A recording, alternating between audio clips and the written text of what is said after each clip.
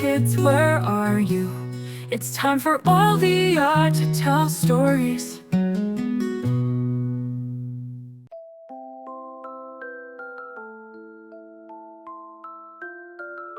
Chapter 1. The Apple Tree Discovery. Deep in a beautiful forest, there lived a cheerful and curious little rabbit named Lucy.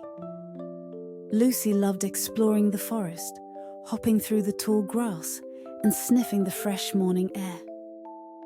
She lived in a cozy little burrow with her family, but Lucy enjoyed spending her days outside, discovering new things in the wide world of the woods. One sunny autumn day, Lucy was hopping around the forest when she stumbled upon something special, an apple tree. The tree was tucked away in a quiet corner of the forest, where golden sunlight filtered through the leaves. And to Lucy's delight, the tree was full of bright red apples, all ripe and ready for picking. Her eyes widened with excitement as she gazed at the juicy apples hanging from the branches. She could almost taste their sweet, crisp flavor just by looking at them. "This is incredible," Lucy thought. "I've never seen so many apples in one place." Without thinking twice, Lucy began to gather as many apples as she could. She hopped up and down, reaching for the apples that were low enough for her to pluck from the branches. Soon, she had a whole basket full of apples, each one shiny and red, promising to be delicious. Lucy couldn't believe her luck. She had all these apples just for herself, and the thought of eating them made her mouth water. But little did Lucy know that this simple basket of apples would soon teach her an important lesson about kindness and sharing. Chapter 2. Temptation of the Apples. As Lucy looked at the basket overflowing with apples, her first instinct was to keep them all to herself. She imagined how delicious they would be, especially since they were her favorite fruit. "I could eat these all day," Lucy thought, smiling to herself. "I'll never get tired of these apples." She began nibbling on one apple, savoring its sweet, juicy taste. It was as good as she had imagined, maybe even better. As she ate, Lucy started thinking about all the different ways she could enjoy her apples. "I could have one for breakfast, another for lunch, and maybe one before bed," she mused. "And I won't have to share any of them. They're all mine." Lucy loved her friends in the forest, but the temptation to keep the apples for herself was strong.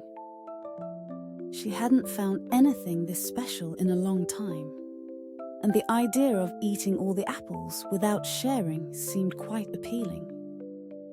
After all, no one else knew about the apple tree. Why should she have to share? Chapter 3. Meeting Hungry Friends.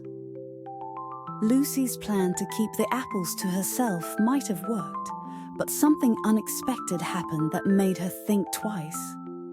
As she was sitting under the apple tree, nibbling on her second apple, she heard the familiar sound of footsteps approaching. Her friends, Benny the squirrel, Rosie the bird, and Max the hedgehog, came hopping and fluttering through the trees.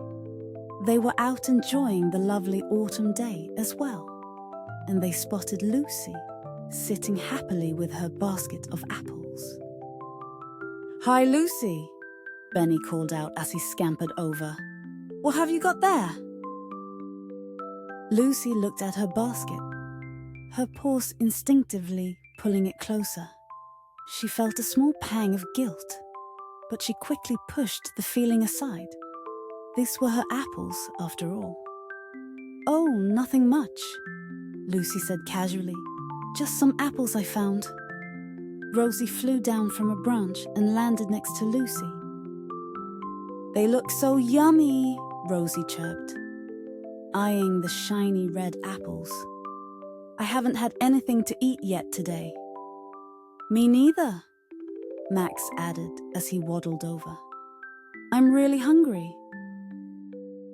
Lucy's friends looked at her expectantly, their eyes full of hope. It was clear that they were all hungry and could use a snack. But instead of offering them an apple, Lucy hesitated. She still wanted to keep them for herself. Well, I don't have many, Lucy mumbled, looking away.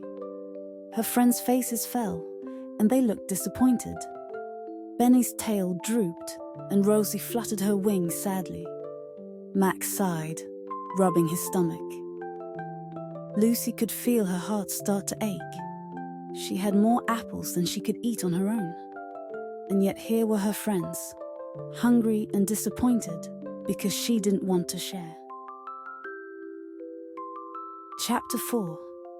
The Decision to Share.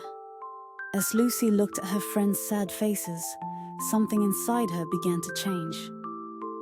She realized that keeping all the apples to herself didn't feel as good as she thought it would.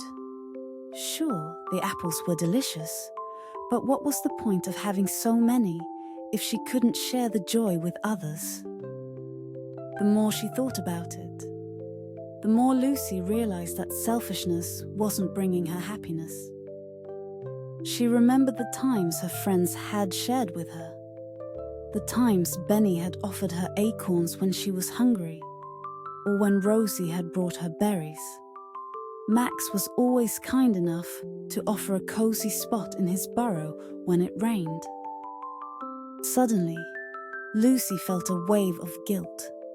Her friends had always been generous with her, and here she was, being greedy with something that she had plenty of. I'm being selfish, Lucy thought to herself, her heart sinking. These apples aren't just for me. I should share them with my friends. Taking a deep breath, Lucy smiled and stood up. She reached into her basket and grabbed 3 apples, handing one to each of her friends. Here, Lucy said warmly. I was wrong to keep them to myself. You can all have an apple. Benny, Rosie, and Max looked up in surprise. Their eyes lit up with happiness as they each took an apple from Lucy's paws. Thank you, Lucy, Benny said, his eyes sparkling. This looks delicious. Rosie chirped happily, pecking at her apple. This is so sweet. I'm so glad you shared with us. Max beamed as he took a big bite of his apple. I was really hungry. You're the best, Lucy. Lucy watched as her friends enjoyed their apples, and for the first time all day, she felt a true sense of happiness. It wasn't the kind of happiness that came from keeping something all to herself. It was the joy of knowing that she had made her friends happy.